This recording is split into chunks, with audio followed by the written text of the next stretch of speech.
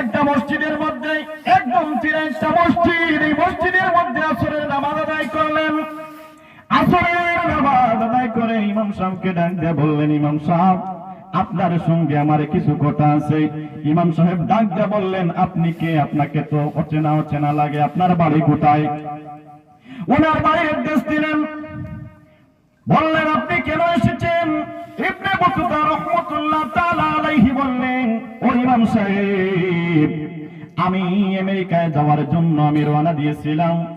আমি পথ ভুল করে আজকে এই দেশের মধ্যে এসেছি, কিন্তু আমি বড় অবাক হয়ে গেলাম। আমি ইতিহাসের মধ্যে দেখলাম, ভূগোলের মধ্যে দেখলাম, এই দেশের মধ্যে কোনো মুসলমানের জন্ম হয় নাই, কিন্তু এই দেশের মধ্যে এত মসজিদ কিভাবে হলো, কোথায় থেকে হলো? আমাকে আপনি একটু ব্যাখ্যা দেন। ইমাম সাহেব ডাঙ্গে বললেন, ও ইবনে বতুতা, আপনি যদি শুনতে চান কিছু সময় দেওয়া লাগবে। বলেন সুবহানাল্লাহ।